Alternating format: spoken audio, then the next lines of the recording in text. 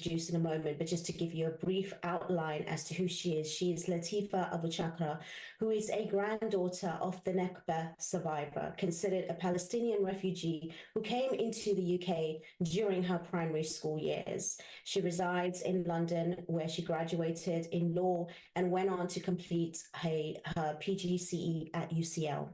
She's now a mum and also a teacher, reporter, trade union representative, as well as an activist, very, very well known to the community. And she uses her platform in the Nation Education Union to stand up against racist policies in the UK, most notably within the education against the hijab ban attempted via Ofsted and Prevent. So her pro-Palestinian resistance and liberation stance has led her to her involvement in many grassroots initiatives and attacks from the highest to the lowest levels of the Zionist lobbies across the world. Now, please help me welcome Latifa Aboucharka. Assalamu alaikum, Latifa. Wa alaikum assalam. Thank you so much for that very, very kind introduction. It's only a snippet of all the things I know you do and involved in, and I'm so, so grateful to have you here tonight, especially on such a occasion that we've had, especially at the beginning of this week with 7th of October. Now, I want to start by sort of the actual title. When we talk about psychological warfare and welfare a year on now, in light of this liberation movement underway in Palestine and now even in Lebanon, why would you describe this as also being a psychological warfare? Because it's just that, Fahima. You know, the Zionist colonial settler war on Gaza is more than just a war on the ground. It's been a 7+ decade war on our psyche. You know, they've had the world believing that Muslim Palestinians take issue with Zionists because they present as Jewish. The agenda of conflating the ideology of Zionism with Judaism, making it a religious conflict, means that we have to kind of walk on eggshells and we can't kind of tell someone, oh, your beliefs are wrong. It makes legitimate criticism of Zionism and Israel an attack on the Jewish people and faith, and that's exactly what it isn't. You know, what's important for us to understand about Zionism in layman's terms is that the movement is for the development and the protection of a Jewish nation in what is now is Israel. But actually, the Zionist Congress, which was set up in the early 20th century, had not set in stone where this Jewish land would be. Discussions were being had about it being in Africa, it being in Argentina, and then they settled in Palestine because it was a region of strategic importance. And another thing that we need to really be clear on is actually the foremost opponents of Zionism were Jews themselves. You know, during the British mandate on Palestine, the only Jewish MP sitting in British Parliament, Sir Edward Montagu, completely rejected the Balfour Declaration, and he labeled Zionism as a mischievous political creed. Jews could see through the farce of Zionism, and they didn't want it.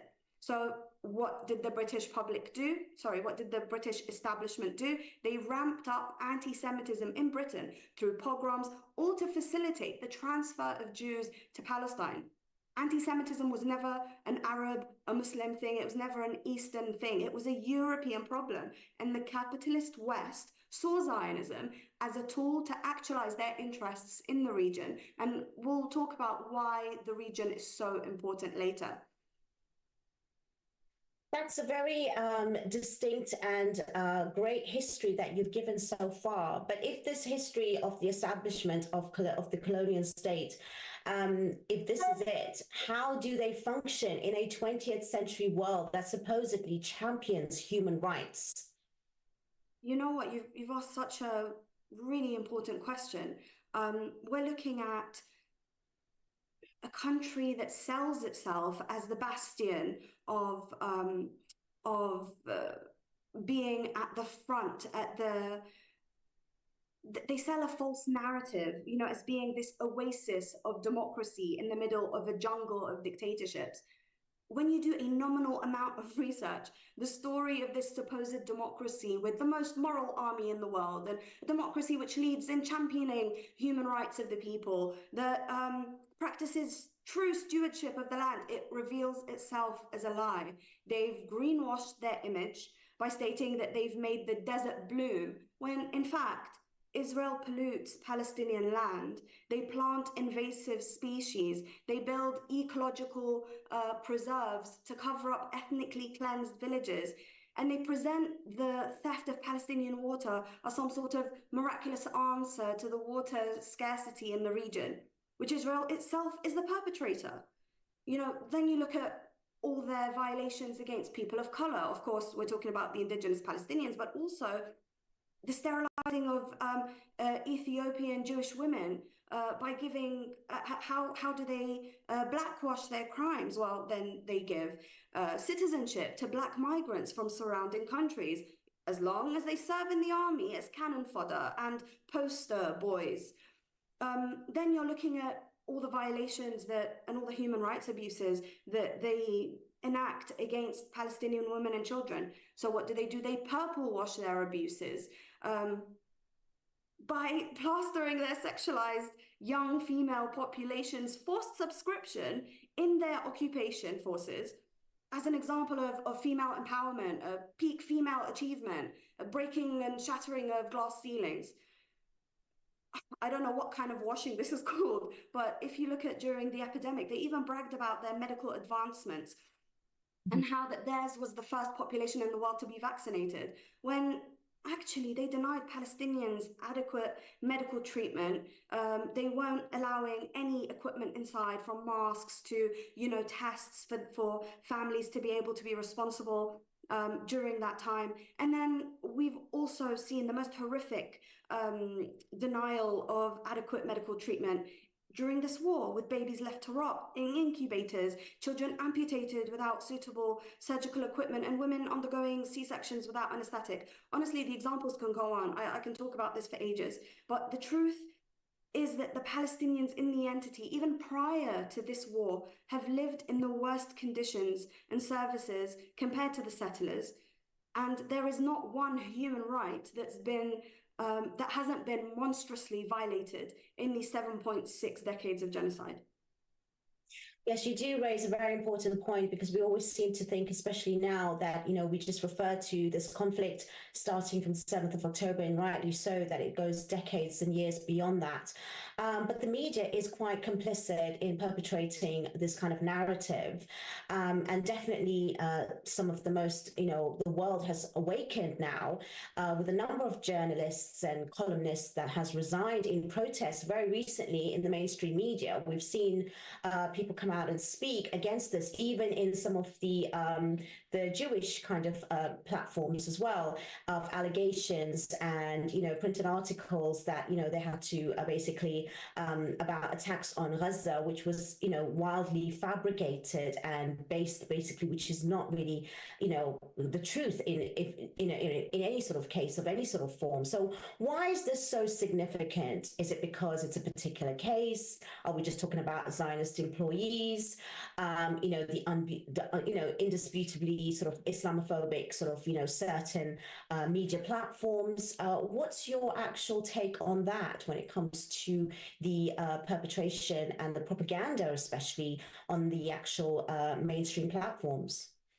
Media complicity is, of course, something that's very widely documented. I would actually love to refer the audience to a group called Sawtuna, spelled Sawtuna, which means Our Voice, and they've really beautifully documented the false narratives that have been perpetuated by the media that have allowed this genocide to continue from the very beginning. But I think what you're talking about, Fahima, when you mentioned the media complicity and then people leaving newspapers and actually resigning from, reputable organizations like the New York Times and like the BBC and the ABC, but especially the Jewish Chronicle, I think that's really the most important case that we need to talk about, because we're talking about Zionist employees abandoning the sinking ship of a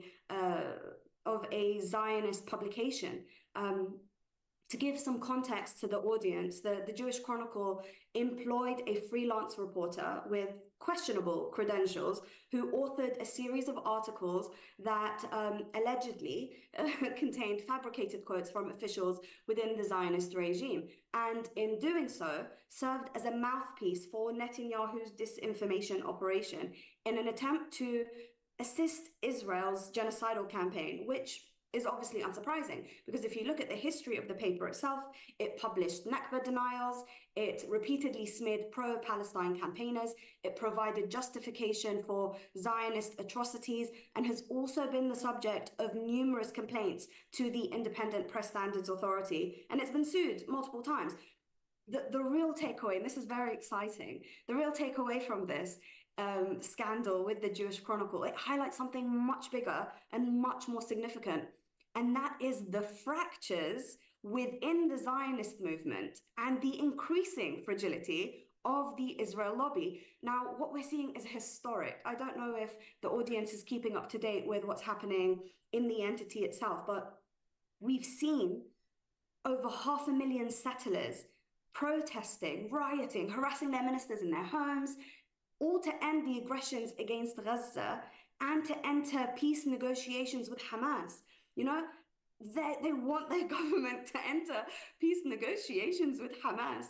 The fracture comes at the price, of course, of the purest blood of the Palestinians being shed for their freedom, with the axes of resistance obviously contributing to settlements being struck, the displacements of over 100,000 settlers from the north of occupied Palestine, and there's so much more. You know, you're looking at the fracture is now affecting their pockets because the export of goods and services from Israel.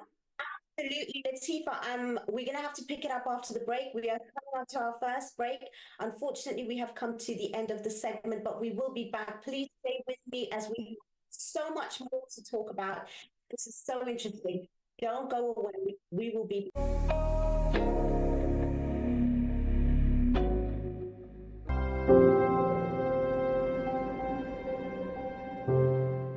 Sainsbury's? Oh, he made her money. Hey Sainsbury's, explain it, will you? Well, the same effort we put into our baking goes into matching prices. Remarkable, we've actually come in under budget. Get it now? Already got it. Sainsbury's, good food for all of us.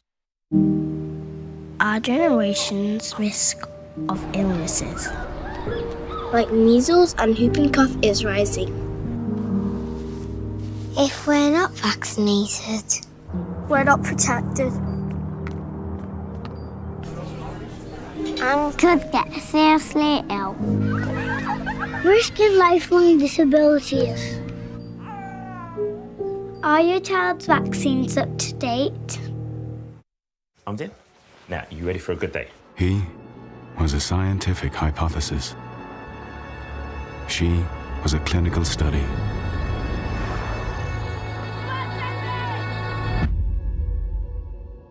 And the future breakthrough that could cure her is closer than ever. With our research, we can keep saving lives like hers. Donate now to turn science fiction into reality. Sainsbury's?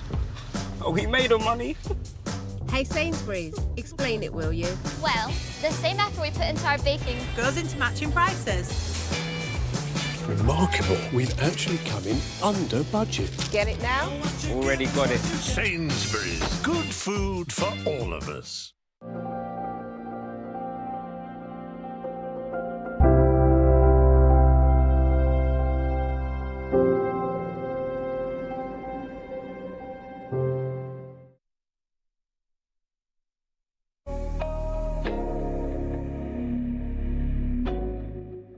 Pardon me. Assalamu alaikum and welcome back to the Wellbeing Show here on British Muslim TV. I am Fahima Mohammed, your host for this evening, and we have the wonderful guest Latifa Aboucharka. She is the granddaughter of the Nakba survivor, Palestinian activist. Really, honestly, an honor to have you here today. And I know your excitement just before the break, and we had to obviously have that moment of just a little bit of a time out. But I really want you to pick up on the fact that you were talking about the fractions in the sort of like the Zionist entity. So please continue from where you left off, Latifa. Absolutely. It's hard not to get excited when you think about the Zionist entity collapsing on itself.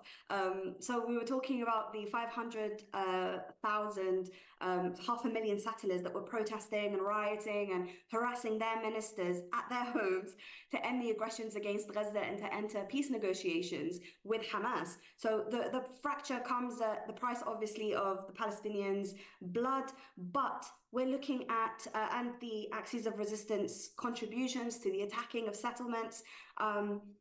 But it's not just that element of it.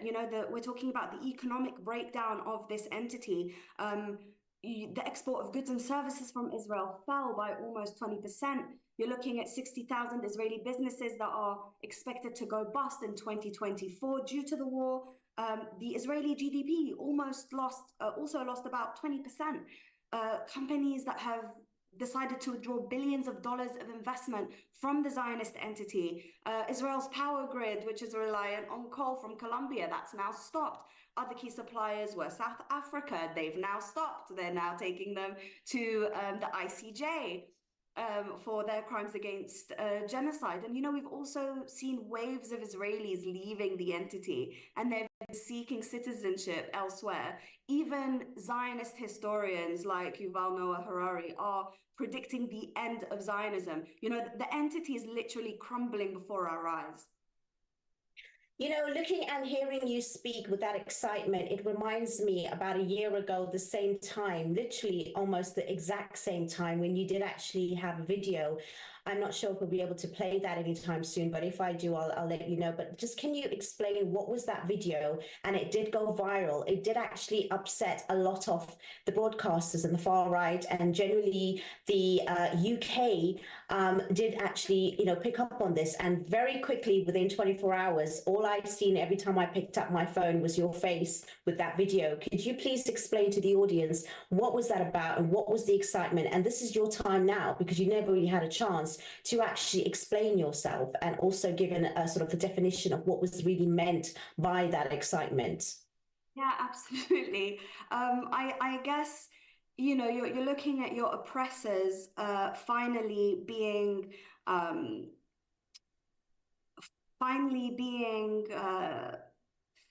spoken to, I guess, in the language that they understand. And what can I tell you about the feeling that I had when I saw that? Look, from the beginning, the propaganda machine was at work. They were calling October the 7th the worst day on the Jewish people since the Holocaust. They were calling it like an act of terror, the 9/11 of Israel. And the only reason these dunya-loving settlers even agreed to move to Israel was because it was sold to them as a safe haven. The fact that a largely refugee population under occupation, sieged by land and air and sea for over 16 years, could strike them using homemade machines and inferior weaponry, shocked them into the reality that their safe haven was not safe. Their Iron Dome and advanced weaponry, which they used routinely on Palestinians for 7 decades and sold them to the world and their supporters as battle-tested, could not and does not protect them. So it reminded them, it was not, I enjoyed the reminder that it gave the world, and especially the Zionist entity, that in their arrogance, they cannot keep a population in a concentration camp and not expect resistance.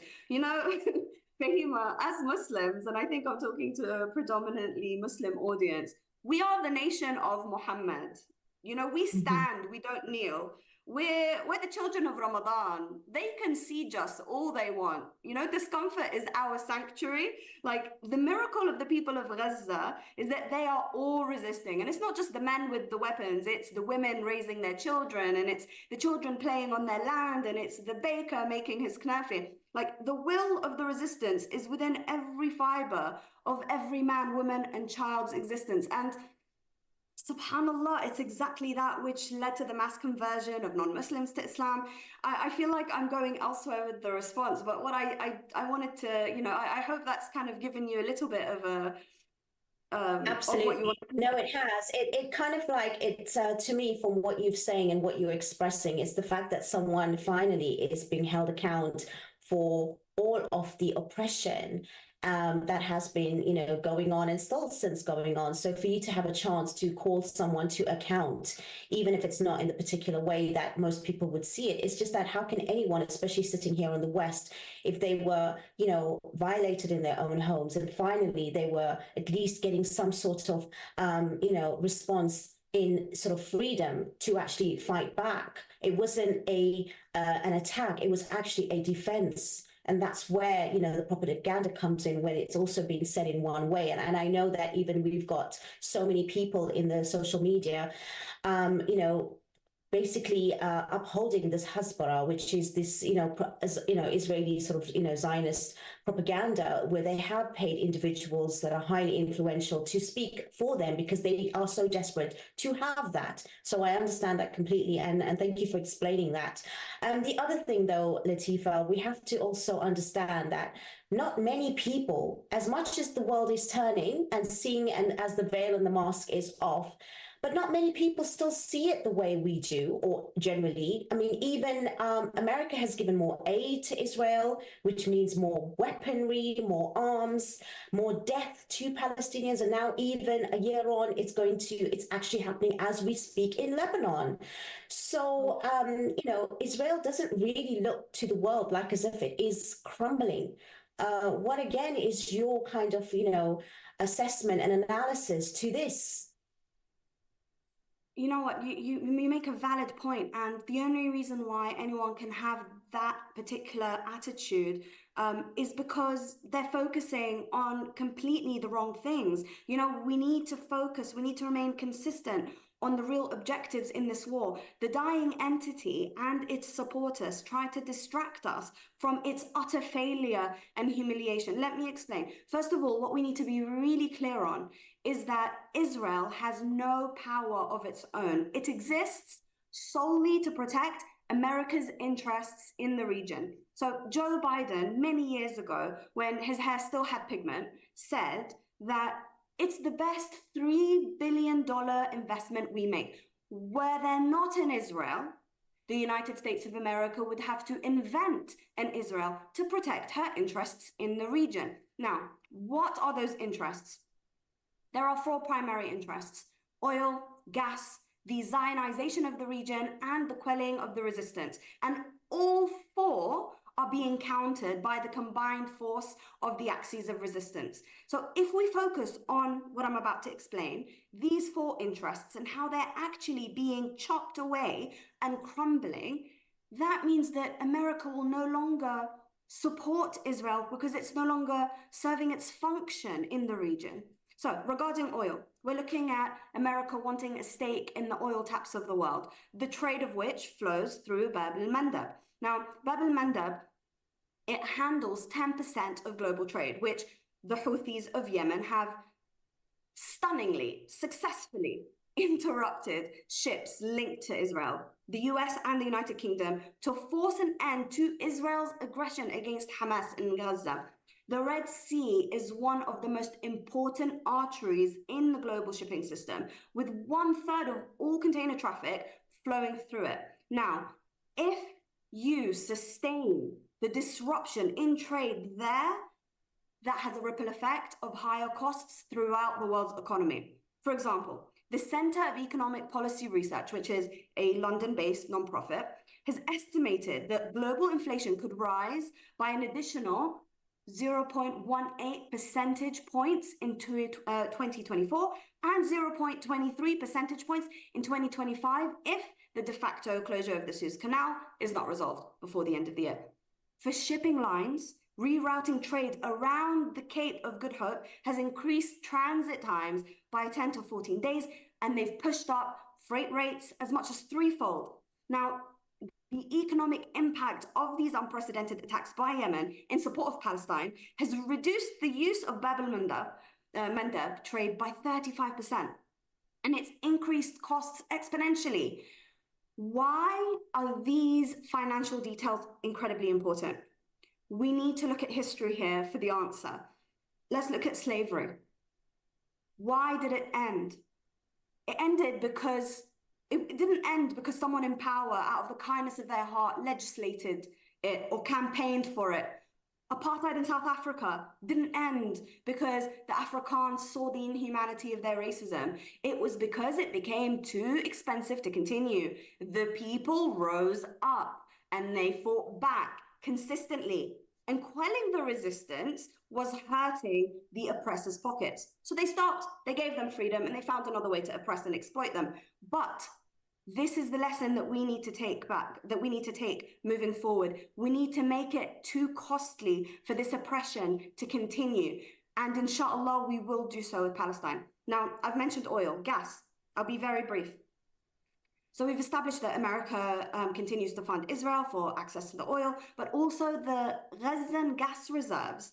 In 2019, the United Nations Conference on Trade and Development estimated that the net value of the Gaza marine natural gas at $4.6 billion, which, if left to the Palestinians, amounts to energy and financial resources that could go such a long way in addressing poverty in the region. Imagine rebuilding the land and the people in a way that relieves them of the humiliation of relying on the sympathies of the world to feed and clothe them.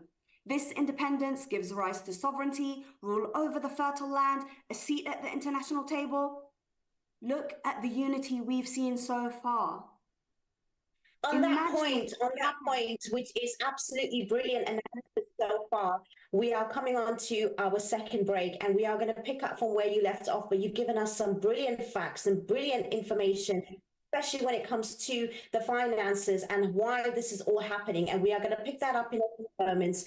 Please do not go away. Again, we have got so much information to offload, also take in. We will have a short break. We'll be back in a few moments. Don't go away, and we will see you in a few minutes. Take care.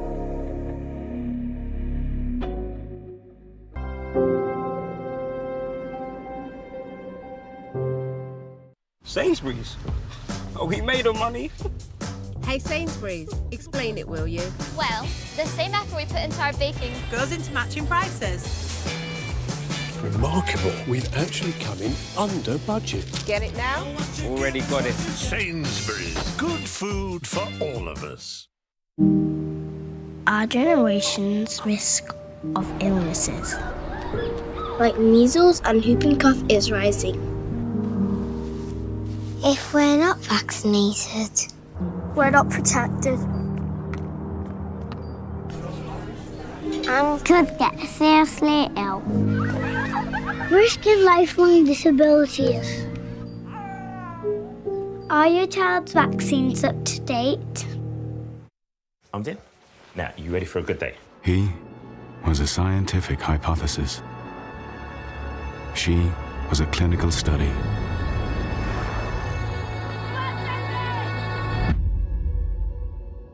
And the future breakthrough that could cure her is closer than ever. With our research, we can keep saving lives like hers. Donate now to turn science fiction into reality. Sainsbury's? Oh, he made her money. Hey Sainsbury's, explain it, will you? well. The same effort we put into our baking Goes into matching prices. Remarkable. We've actually come in under budget. Get it now? Already got it. Sainsbury's. Good food for all of us.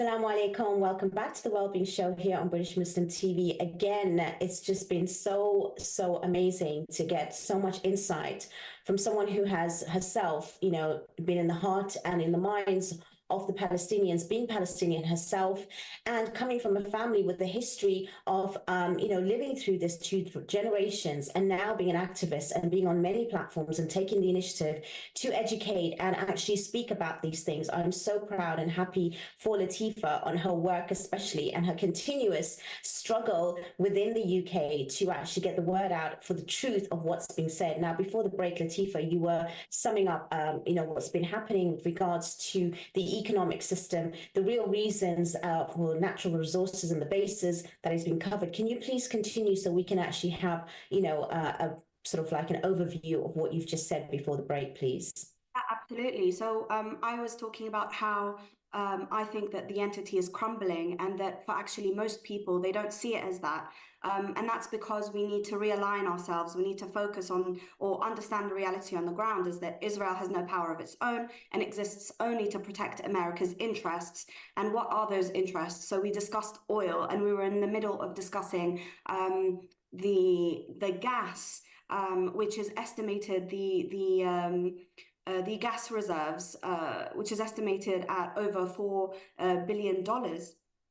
And what I was trying to say is that if left to their own devices, and if this wealth was allowed to be absorbed by the Palestinians, the amount of energy and financial resources could go such a long way in addressing poverty in the region, rebuilding the land, and just relieving the population of the humiliation of having to rely on people to feed and clothe them. This independence would give rise to sovereignty, rule of their land, an international seat at the table. And I was just talking about the unity that we've seen so far. So, mashallah, we've got the axes of resistance, leaders of these, Muslim Arab countries that have stepped up. Look at the unity that we've seen, and look how much we're able to counter a world power. So imagine if we can expel America's proxy and all of its bases from the region entirely. Let's not forget that the only reason why the West is so advanced in all areas is because they pillaged our lands for decades, and they constantly bombed us, or as they call it, mowing the lawn, every few years to keep us subjugated and worrying only about our basic needs, instead of eventually addressing their terrorism around the world and being a force against their exploitation. So that's number 2. Look at oil, gas, the Zionization of the region. What they want to do by keeping all these bases is to keep vigilant eyes on traitorous Arab leaders who've not only chosen to allow Israel and its supporters and funders the use of its airspace in this war, which is a passive support, but they've also allowed Israel to benefit from their active support by being a shield, ensuring that these Arab countries use their resources to defend the settler colony by blocking missiles off of them from the axis of resistance. So that's number 3. And the last interest that America has in the region is that they're served in having like an active presence through their numerous military bases to keep their boots on our necks, basically quelling resistance and maintaining access to all these natural resources. So when you look at it that way, Fahima, sorry, just very quickly summarize. If you look at it that way and you understand that America only wants Israel there to enact and to look after these 4 things. These 4 things are being taken away from Israel, very, very well by the axis of resistance. Well, then Israel doesn't serve a purpose. So soon, America will withdraw its support from Israel, and Israel will crumble to the ground. Absolutely. I mean, just looking back at even some of the research that I've actually done myself, and anyone who's done any research or know the kind of the way in which the US operates is by having sort of like that superpower title, is to have these kind of bases and the regions.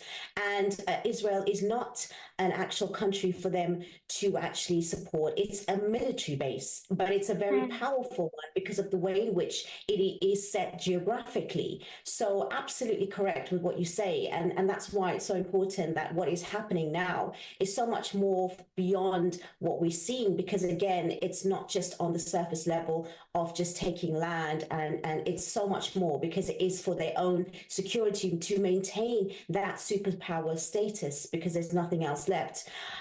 We are also seeing the sort of formulation of the BRICS to hopefully counter that. But again, that's going to take a lot of, maybe years and generations, but it is actually going to bring further countries into this kind of eye-opening scenario if Israel continues as it is, because it is really something which is going to escalate for other people to actually see. But, aside from that, Latifa, from this conversation, there's so many Muslims, mashallah, that say that you're so strong, you're hardworking, and the true ally of Palestine as well. They get really disheartened seeing all the horror and the death. And, most people are afraid that if they open their phones, they see it, and they become, a lot of us now saying we're becoming desensitized to it because it's so horrific. And often that when you do see something like this, eventually the human becomes to a point where they feel kind of helpless, and they want to even, I've heard so many people say, well, I just don't want to even hear anymore. And it's so difficult to sort of convince yourself, to sort of have this kind of sense of hopefulness. When you see these clips, especially for your children, and when you see these, babies and children being blown up, we've never in history have seen a documented, sort of like horrific scenes like we've ever before, where people are still trying to defend it. So what would be your kind of like response to this as a positive outlook, as well as a way of coping?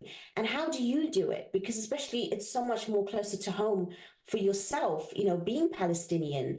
What would be the kind of like response that you would give to people that are feeling in this way? So I'll be honest, my Palestinianness is something that was stolen away from me. When my family were expelled in the Nakba, we lost a lot of it. Obviously, my parents, who were born in Lebanon in refugee camps, because it was still an Arabic country, because they were surrounded by lots of other Palestinians, they had a lot more. They were able to preserve their Palestinian culture and have access to it. I'll be very real. I don't feel as connected as I should. And, that is what genocide is. It's not just the death and murder of people. It's the death and murder of their culture, as we saw with the Aborigines. But if I can address the audience and talk about, advice for people, look, the reason why you probably feel this way is because you absolve yourself from what's happening on the ground in Palestine. You distance yourself from the resistance movement. You act as if it's something separate from yourselves. But Rasulullah sallallahu alayhi wa sallam said that the parable of the believer is, in their affection, mercy, and compassion for each other, is that of a body. When one limb aches, the whole body reacts with sleeplessness and fever. So wherever you are, whether it be in the UK, America, Europe, Australia, wherever you are, as free thinkers of the world, whose mission it should be to enjoin the good and forbid the evil, to do amr bil ma'ruf wa nahy anil munkar, we should see ourselves as extensions of this resistance. And our weapon is our narrative and dua. Look, we are in such a privileged position as individuals who live literally in the belly of the beast. We have our own duties, and your duty spans to what is closest to you, your circle and sphere of influence. So why is our narrative so powerful? Because innately, our fitra, it's drawn to truth, and it wakes people up. The reality of Palestine has woken people up. It means that hearts and minds have woken up, which means that minds have changed, and that leads to people wanting to mobilize within their spaces. So I know of so many of my comrades who work in companies, they've gone and they've called for divestment. They've started little groups in their companies, and they've started a campaign, and they're actually meeting with leadership, and they're discussing divestment options from the entity. Those who are in university campuses, they should campaign for the de-Zionization of their curriculum, the decolonization of their curriculum. we know that the tentacles of the Israeli lobby exist in all of these kinds of civil institutions and corporate sectors. And it's our job to spread our narrative so that it can have an even greater reach than the tentacles of the lobby. Why have they tried so hard to silence us? Like, really think about it. At work, in protests, it's because our narrative is so powerful, and you are not alone. I'll give you a YouGov poll. In May, it showed that this is 5 months ago. 5 months ago. So imagine how much more things have changed and how much more the sway of public opinion has moved towards pro-Palestinian and de-Zionization. 7 in 10 Britons say that Israel should stop its military action and enter peace negotiations with Hamas. It also showed that most Britons would support the UK ending the sales of arms to Israel. Now, this is not something that maybe people in our communities have even thought of, that even amongst non-Muslims, our narrative is the majority. So don't let Kid Starver and his brown-nosing statement about Israel on the anniversary of October 7th make you think that you remain a minority, or be afraid to voice your opposition on our government's actions and the continued occupation and genocide of the Palestinian. Like, I get it. We've seen so many cases in the media, people getting cancelled. We've got the biggest anti-racist campaigner that we've seen in our lifetime in Britain labeled as an anti-Semite. Corbyn wasn't even, it was rigged. Like, we've all seen these things, not just in the media, but also in our workplaces, where we've been told not to wear badges, not to wear lanyards, not to wear our kufirs. Our kids have been spoken to. You've been referred to Prevent. I get that.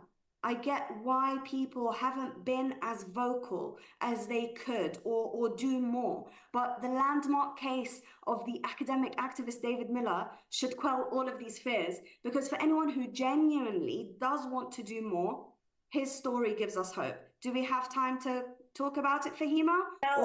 We are actually coming on to a break, so we will follow that on in a few moments. So you've ended that very nicely, and to follow towards the next segment, but absolutely correct when you said about there is a scaremonger, and there have been certain examples they've tried to set, but even then people have to keep strong. And as you said, it is the people's voice that matter. And yes, I have seen those YouGov, and even I think generally when I looked a few months ago, it was 70% of people that actually wanted a ceasefire. This was way before even now, and it's so thank you so much for those kind of like insights. And again, continue after the break. This is our final break, and we are going to have this last segment of the show, and we will continue then. Please don't go away.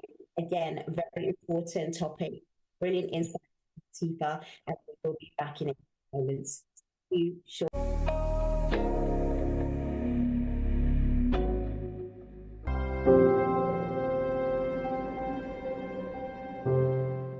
Sainsbury's? Are we made of money? Hey Sainsbury's, explain it, will you? Well, the same effort we put into our baking goes into matching prices. Remarkable. We've actually come in under budget. Get it now? Already got it. Sainsbury's. Good food for all of us. Our generation's risk of illnesses, like measles and whooping cough, is rising. If we're not vaccinated, We're not protected. and could get seriously ill. Risk of lifelong disabilities. Are your child's vaccines up to date? I'm in. Now, you ready for a good day? He was a scientific hypothesis. She was a clinical study.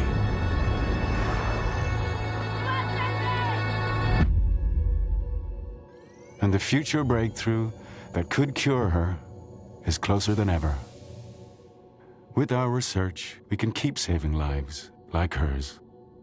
Donate now to turn science fiction into reality. Sainsbury's? Are we made of money? Hey Sainsbury's, explain it, will you? Well, the same effort we put into our baking goes into matching prices. remarkable. We've actually come in under budget. Get it now? Already got it. Sainsbury's. Good food for all of us.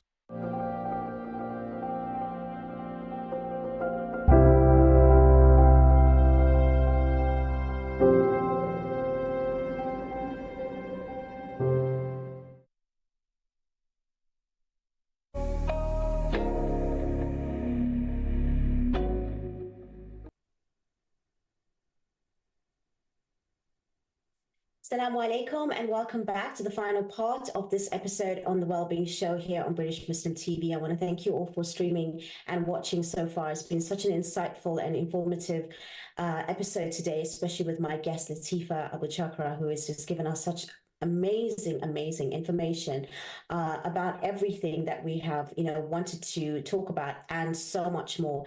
Now, you mentioned David Miller. Could you please kindly go back to what you wanted to sort of highlight around this point, please?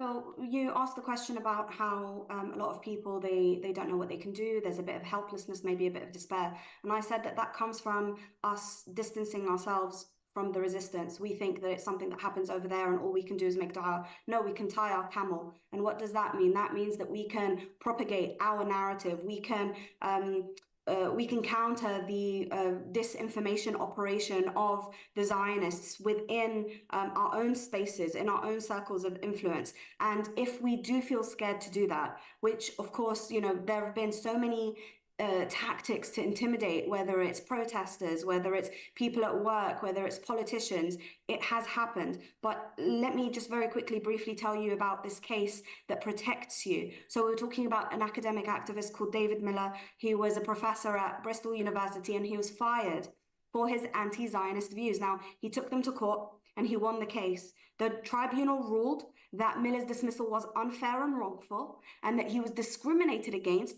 on the basis of his anti-Zionist beliefs. Now, this is the really incredible part. They ruled that his beliefs were considered philosophical beliefs which are protected by law under the Equality Act of 2010. So what I'm trying to say is that everyone can join the caravan of truth from today simply by using your voice at work, with your friends, online. You must counter the misinformation operation and propaganda. All of this is resistance. And again, I'll mention a hadith from Sahih Muslim. Rasulullah sallallahu alayhi wa alihi said, whoever amongst you sees evil, let him change it with his hand. And if he cannot do so, then let him change it with his tongue. And if he cannot do so, then with his heart, which is the weakest level of faith. Now, the brave men and women of Palestine Action are doing so with their hands. You know how we spoke about? We must make it financially intolerable, financially painful for oppression to occur. Well, that's what they're doing. They're smashing up these weapons factories and they're hurting the pockets of the Zionists and their supporters. Now, the rights that we have fought for in this country, in these democratic lands that we live in, it means that we have room to maneuver, to change the evil that we see with our tongues. And that's our duty. May Allah subhanahu wa ta'ala keep us very far away from having the weakest of faith.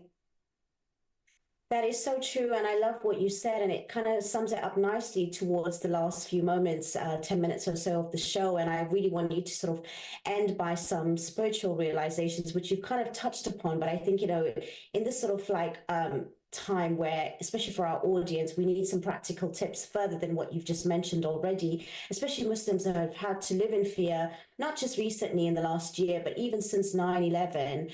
And, they've experienced racism, whether it's in the workplace or the justice system, whether it's in hospitals and schools, and also the level of Islamophobia just being on the streets and being visibly seen especially as Muslim women with hijab, for example. It's difficult, to shake this off, this feeling and the fear of helplessness.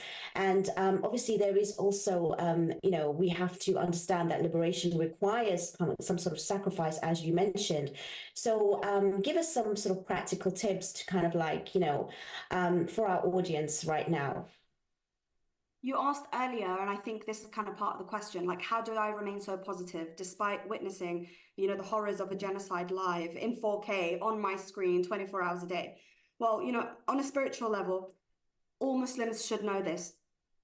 Justice will always prevail. It's God's promise. It will happen. Now, how will it happen? And this is where we come in. You know, again, we tie our camel and make dua. Well, as you said, rightly so, liberation requires sacrifice. Now, I'll acknowledge that to some, the price seems too high, right? All this death, all this murder, it seems too high.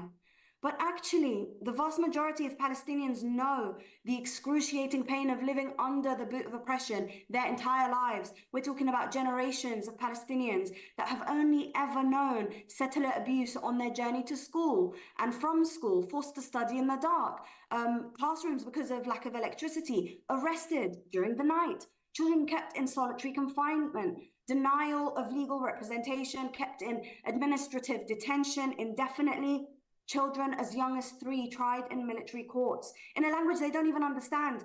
We're talking about 500 to 700 children per year detained in by Israeli military.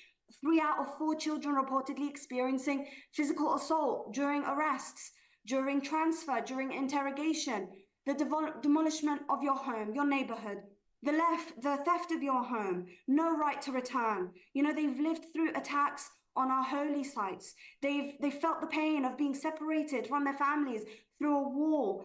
Palestinian children have suffered, and obviously adults have suffered water-related parasitic infections from the restricted quantities of water which are pumped into their neighborhoods, 97% of which isn't even safe to drink, isn't fit for human consumptions. They've seen loved ones die at checkpoints. You know, honestly, I could go on about the issues, the maltreatment, the forcing of women to give birth outside of checkpoints. 500 checkpoints exist in the West Bank. All of this accumulates to the traumatization, the malnourishment, the severe depression of the population. And all of I've mentioned is prior to the war. I can't even begin to imagine, to list the horrors perpetrated since October 7th by the parasitic entity. Look, no words can justify, no words can explain the despotism. But what price would you pay to lift that dirty boot off your neck and off the neck of your women and your children? Like, do we not see the Palestinians? How proud they are of the resistance, how they're willing to sacrifice for their homes and their brothers and their businesses. Like, they get it. Liberation requires sacrifice. On a spiritual level, I think we need to remind ourselves that this comfort that we live in, it's not what that we should seek. It's not what we should crave. Martyrdom is the highest station one can gain. And yes, of course, we need to do our best to oppose the oppression that we see. We actively search for things that we can do with our hands and our tongues and our hearts even to counter it. But we have to accept also that this reality was always going to happen. This shedding of Palestinian blood and now Lebanese blood and Yemeni blood, this was always going to happen. Which rights have been won without a fight? Like, even in Britain, the right to safe and comfortable working conditions, down to the temperature of your workspace, your weekends, fair wages, even the right to vote. All of these rights that we enjoy and we consider as basic necessities, they were won on the streets. We boycotted, we withheld our labor, we shut down highways, opened cages, broke unjust rules. Do you think that freeing Palestine is going to be any easier? That the Pharaoh of our time is going to grant us our freedom because we do a candlelit vigil, or that we hold protests with his permission under the conditions that he sets for us? Look, my energy in this fight, and I pray and I hope that you guys are feeling it through the screen, and that inshallah right? My energy comes from reminding myself that awalan, first and foremost, I'm accountable to Allah subhanahu wa ta'ala. Like, I'll be asked on that day, what did you do? What did you sacrifice? And my friend said this to me the other day, God bless her. And I really want to share it with you. She said, you know, on that day, we'll be standing next to these Palestinians that have given everything for truth and justice. Like, you know, they did all of that. Next to them, I'm supposed to plead my case to Allah. Ya Allah, please, like, I'm supposed to plead to Allah that I deserve heaven like they do. Like, we're screwed. Like, really and truly, guys, we're screwed. How can we come close to earning heaven next to them? So what can you sacrifice? That's the question that now we need to ask, right? Because we need to do more. Your reputation, the opinion of future employers, you know, a bit of money. Is that more important, or can you sacrifice it? Do these things pale in comparison to the sacrifices of the women in Palestine? Also, on a spiritual level, like, have we forgotten that our rizq comes from Allah subhanahu wa ta'ala and Him alone? Look, they're going to try and intimidate us if they haven't done so already. They're going to try arrest us, refer us to counter-terrorism police. Will these intimidation tactics sway you from acting on the most grotesque methods of oppression seen by man?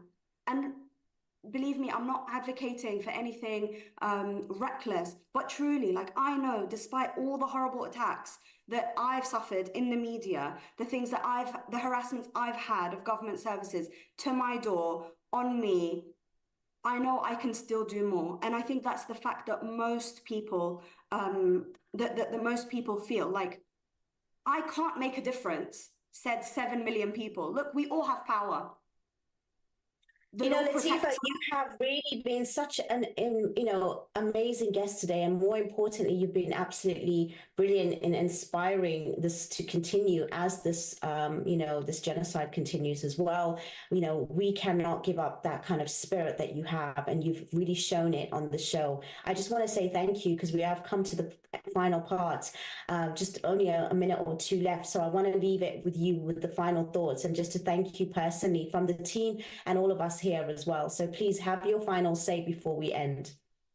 Thank you. I wish I had more time on helplessness. I want everybody to please go on Telegram, and I want you to download the app if you don't already have it. And if you do, I want you to Google the Resistance News Network. A lot of us, what we're doing is that we're watching all this death and destruction, and we're not looking at the wins of the resistance. Like, this is a war. I've said the word war more times than I've said genocide. And yes, a genocide is being enacted on our people, but actually we're looking at a powerful force, the axes of resistance. These are men, they are equipped, and they are fighting, and we need to be their support here in the West. And it is a war. Like, we can't diminish the capabilities of the axes of resistance by calling it just a genocide. Lastly, thank you. Sorry, just literally one more thing. Like, the resistance has the conviction of dying for the dignity and their freedom. They've got weaponry, undisclosed capabilities. They've thwarted the enemy on multiple occasions. These weapons that have been delivered to them. Absolutely amazing, Latifa. We have just a few seconds left, and inshallah we will have you back on the show, because I know that we have so much more to talk about, but you've given us an absolutely fantastic, time and insightful information. I hope to see you soon, and I want to thank you again from all of us here and from the team and everyone that is watching. It's been an absolute amazing show. Please, if you've just tuned in, please do rewind, and we will catch you next time, next week.